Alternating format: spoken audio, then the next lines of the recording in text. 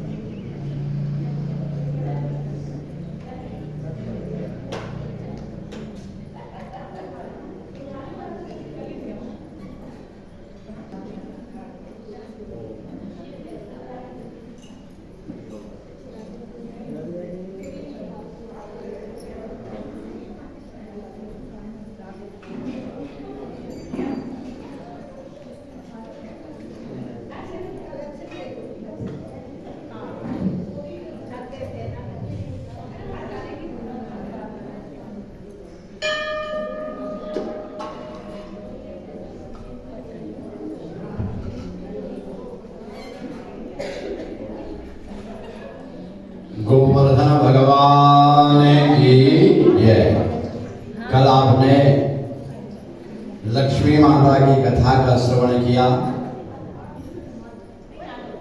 आज गोवर्धन भगवान की पूजा, गोवर्धन भगवान की पूजा 11 बजे यहाँ होगी। तो आपने अधिक से अधिक संख्या में सब आप लोग यहाँ 11 बजे तक पहुँच जाए। एक सूचना की ओर आप लोग ध्यान दो, विशेष करके कल किसी ने यहाँ पर जो है ना गुल्लक के ऊपर धूप बत्ती की होगी तो यहाँ आग लग गई। तो इसलिए कोई भी आप लोग ने ऊपर ये गुल्लकों के ऊपर एक्टिविटी धूप बत्ती का सब माता है, आप लोग कहीं आते हैं तो उसके ऊपर ही जलाते हैं, उसके ऊपर ही रख देते हैं टोकरी। तो गुल्लकों के ऊपर कुछ न रखें, किसी प्रकार के मंदिर को हानि न पहुँचे, ये सब आप लोगों का ही है। इसलिए इनका ध्यान आप लोग अधिक से अधिक संख्या में रखें तो ज़्यादा बढ़िया है। इसका विशेष करके ध्यान रखें। मंदिर आए और यहाँ आप लोगों से ये त्रुटियाँ हो जाएं तो भी वो ठीक नहीं है। लक्ष्मी का दिन ही है और लक्ष्मी की में ही आग लग गई तो ये ठीक नहीं है।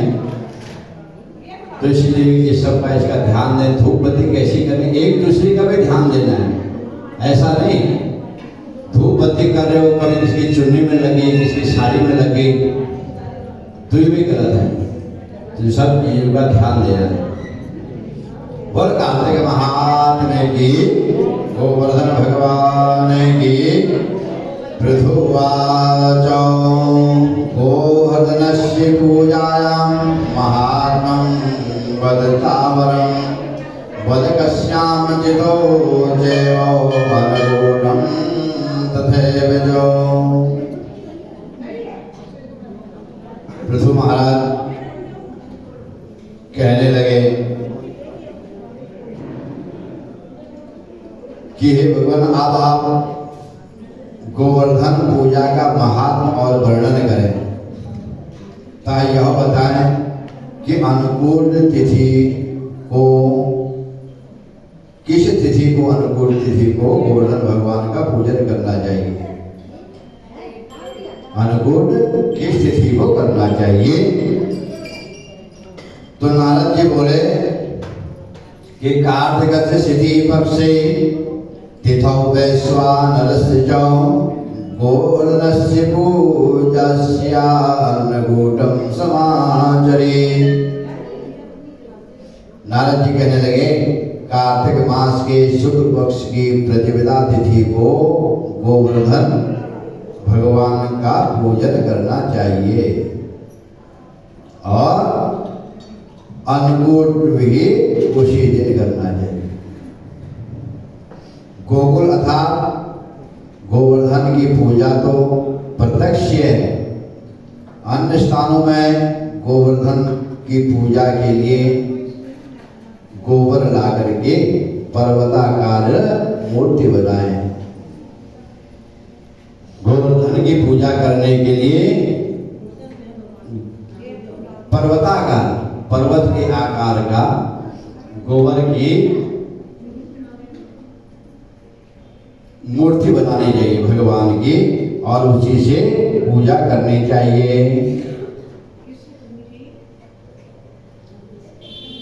पृथ्वी को गोबर से लेप कर विधि पूर्वक पूजा करें। उस पर स्थापित गोवर्धन के शिखरों पर ध्वजा लगाएं। उसके समीप ही श्री विष्णु भगवान का सिंहासन स्थापित करें। तदुपरांत विष्णु भगवान के समान ही गोवर्धन भगवान का भी पूजन करें। भगवान विष्णु के सदृश ही उनकी पूजा करनी चाहिए। उसका क्रम इस प्रकार है कि हे गोवर्धन पर्वत, आप गोकुल की रक्षा विष्णु भगवान से उठाए गए हैं, कृष्ण जी से उठाए गए हैं। मेरी पूजा स्वीकार कीजिए, ऐसे प्रार्थना करनी चाहिए। और इस प्रकार से भगवान का ध्यान करके मंत्रोच्चारण करना चाहिए। श्री कृष्ण के प्रिय गोवर्धन पर्वत के लिए आदि मध्य तथा अंत में नमः शब्द का प्रयोग करें और फिर 16 उपचारों द्वारा इस प्रकार पूजा करें। षोडशोपचार द्वारा 16 उपचार द्वारा भगवान का पूजन करें। भगवान का पूजन आवाहन, आसन, पाद अर्घ्य, आचमन, स्नान, वस्त्र, उपवेश, गंध, पुष्प, धूप, दीप, नैवेद्य, प्रदक्षिणा, नमस्कार, विसर्जन, ये 16 उपचार कहे गए। तो इसलिए 16 मंत्रों के द्वारा भगवान का पूजन करें। मीठा दूध, मालपुआ, विविध प्रकार के पकवान, अनेक प्रकार के वृक्षों के फल नैवेद्य समर्पित करें। गोवर्धन की पूजा के प्रारंभ में स्वस्ति वाचन करना चाहिए। फिर सर्वप्रथम स्वस्ति का मतलब कल्याणकारी, वाचन का मतलब होता है वचन। स्वस्ति का मतलब होता है कल्याणकारी। तो कल्याणकारी जो मंत्र होते हैं, जो शब्द होते हैं, जो वचन होते हैं, इन मंत्रों का पाठ करना चाहिए। गणेश जी का पूजन करना चाहिए। सर्वप्रथम वक्रतुंड महाकाय सूर्यकोटि समप्रभा निर्विघ्नं कुरु मे देव सर्वकार्येषु सर्वदा। सभी विघ्नों के नाश करने वाले हे गणेश जी महाराज, आप प्रसन्न हो, उनकी स्तुति करें।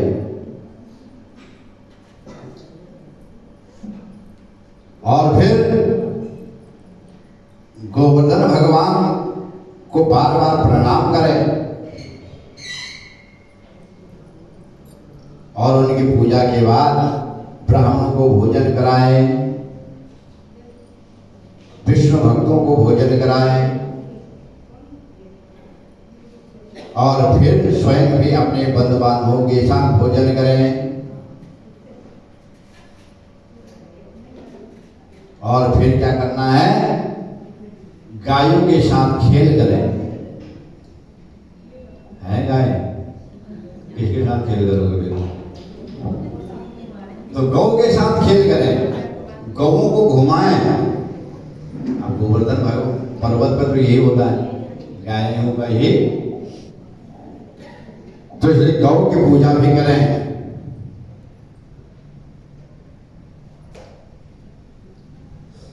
और प्रार्थना करें, लक्ष्मी जी लोकपालों के बीच गाय के रूप में रहती है तथा यज्ञ के लिए घृत प्रदान करती है। वे मेरे पापों को नष्ट करे। गाय मेरे आगे, गाय मेरे पीछे, मेरे सदा हृदय में निवास करे। मैं गौ के मध्य में निवास करूं और यह करके गायों के सींगों पर भी थोड़ा हल्दी का लेप कर दें, फूल माला पहना दें, क्योंकि गाय सबके हितकारक पवित्र पुण्य राशि है। ये जिन लोगों की माताएं हैं, ये मेरे द्वारा दिए गए ग्रास को ग्रहण करें, यह कह करके नैवेद्य प्रदान करें। फिर यह कहें कि हे धर्म, आप बैल के रूप में संसार को आनंद देने वाले हैं। आप शिव जी का वाहन हैं, मुझे शांति प्रदान करें। यह कह करके बैल के सींगों को रगें, तब उन्हें पुष्पमाला पहनाएं, उनका भी पूजन करें, वृक्ष का भी पूजन करें। वृक्ष धर्म का रूप है और गौ पृथ्वी का रूप है। तो गौ के अंदर 33 देवता निवास करते हैं। अष्टवसु, एकादश रुद्र, द्वादश आदित्य, 2 मरुदगण, तो 33 देवता जो है 33 प्रकार के ये देवता गौ के हृदय में, गौ के शरीर में विराजमान होते हैं। इसलिए गौ क्या है? पूजनीय है। और धर्म का स्वरूप, धर्म का प्रतीक मान करके इस प्रकार से वृक्ष का भी पूजन करें। प्रार्थना करें कि हे धर्म रूपी, हे वृक्ष, तुम्हारा पूजन करने से मेरे घर में सदा धर्म का वास बना रहे, मैं धर्म के मार्ग पर चलूं। तो वो कहते हैं नहीं, धर्म को पकड़ करके रखो तो धर्म तुम्हें पकड़ करके रखेगा, और जिस दिन धर्म को त्याग दोगे तो धर्म भी तुम्हें त्याग देगा। फिर दोपहर के बाद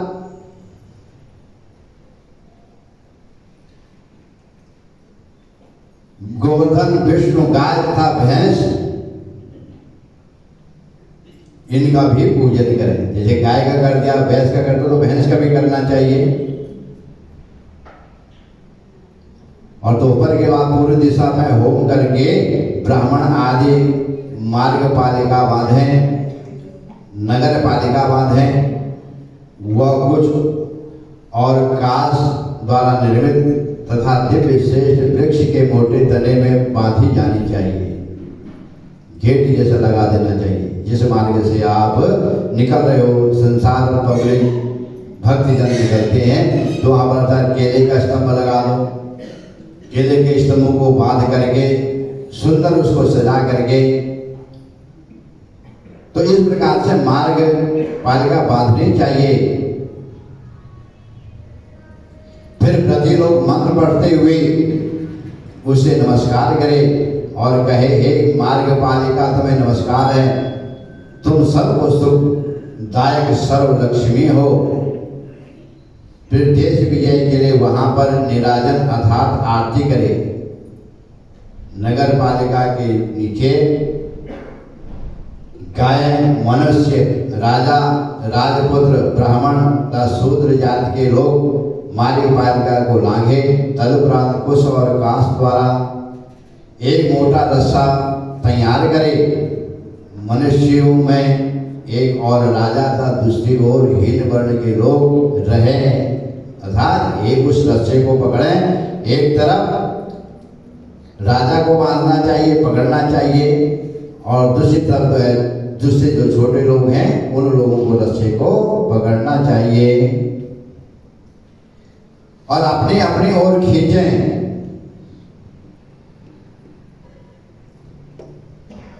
तो हीन जाति वाले अथवा राजपुत्र, इन दोनों में जिसकी जीत हो वो 1 वर्ष तक उस विजय चिन्ह ने रक्षा की यत्नपूर्वक रक्षा करे। जो जीत जाए उसके पास वो रक्षा रहे, उस रक्षा को फिर वो अपने पास रख करके 1 वर्ष तक उसकी रक्षा करे। सायंकाल तने के नीचे एक कपड़े का मंडप बनाकर दैत्यराज बलि की पंचवर्णी प्रतिमा तैयार करे। वह सुगठित शरीर वाले, गिरिधर कुंडलों से युक्त 2 भुजाओं वाले हो। फिर राजा बलि की मूर्ति बनानी चाहिए और उनको सजा धजा करके गृहस्थ लोग बड़े आगर में अपने अपने माता पिता पत्नी तथा भाई बहनों सहित उसकी भी पूजा करें। मंत्र पूर्वक फल, वस्त्र, अक्षत, चंदन, धूप, दीप का उपहार एवं विविध प्रकार के दान राजा बलि के लिए देने चाहिए। क्योंकि राजा बलि क्या है? दानी है। खुद भी सब कुछ वामन भगवान को अर्पण कर दिया। इसलिए राजा बलि पाताल लोक में रहते हैं, हम लोग मृत लोक में रहते हैं, देवता लोग स्वर्ग लोक में रहते हैं, ब्रह्मा जी ब्रह्म लोक में रहते हैं, भगवान नारायण फिर नारायण लोक में ही है। तो इसलिए अनेक प्रकार के दान देने चाहिए। हे राजन, ऐसा करने से सब सुख प्राप्त होते हैं हे राजेंद्र। इसके बाद गंध पुष्प धूप वस्त्र भोजन दीप आदि से जामाता गोवर्धन भगवान की पूजा होगी, गौ की पूजा होगी, वृक्ष की पूजा होगी और सीधा नगर की पालिका की पूजा होगी और उसके बाद क्या नाम लेते हैं राजा बलि की पूजा होगी। फिर आती है जवाई दामाद। दामाद का पूजन करना चाहिए क्योंकि लक्ष्मी जी के दामाद कौन है? नहीं, समुद्र के दामाद कौन है? भगवान विष्णु। समुद्र की पुत्री है लक्ष्मी जी। तो दामाद का पूजन करना चाहिए। जो व्यक्ति प्रतिवर्ष इस प्रकार पूजा करता है श्री कृष्ण देव की कृपा से उससे भक्ति और मुक्ति प्राप्त होती है। पृथु बोले कि हे ब्रह्मन कथम बलिदेन ब्रह्मन् जामातुश्च प्रपूजनम कस्य हेतुरियं पूजा केनापि विहिता पुरा। कि हे ब्रह्मन बलि के दिन दामाद को क्यों एक दिन दामाद की पूजा की जाती है? तब प्राचीन काल में यह पूजन किसने किया था? तब नारद जी कहते हैं कि पुराकृत युगे राजन सिंधो चौ मथितो यदा लक्ष्मी प्रादुर्बभूवात् विष्णुं विद्वती ही सा। प्राचीन काल में इस पूजन को समुद्र ने किया था। भगवान की पूजा की थी, भगवान नारायण की।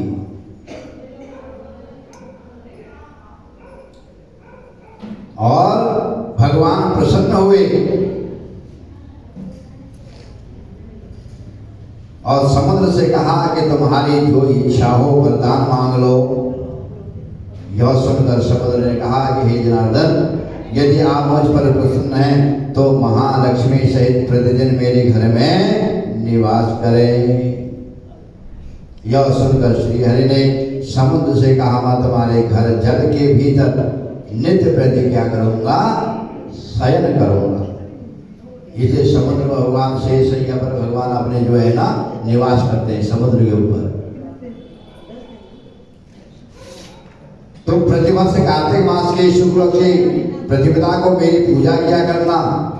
तो इस प्रकार दामाता का पूजन करने से सब पापों से मुक्त हो गया। तो जिस प्रकार कार्तिक मास में दामाता की पूजा करके समुद्र ने सब पापों से मुक्ति प्राप्त की, उसी प्रकार इस मास में जो भी अपने दामाद की जवाई की पूजा करता है तो वो सब पापों से मुक्त हो जाता है और उसको अश्वेत यज्ञ करने का फल प्राप्त होता है। करोड़ों गायों नगर ग्राम एवं पृथ्वी को दान करने से जो पुण्य प्राप्त होता है वह केवल जामाता के पूजन से प्राप्त हो जाता है। मैं ब्रह्मा रुद्र तथा अन्य सभी देवता कार्तिक मास की प्रतिपदा को जामाता के शरीर में क्या करते हैं?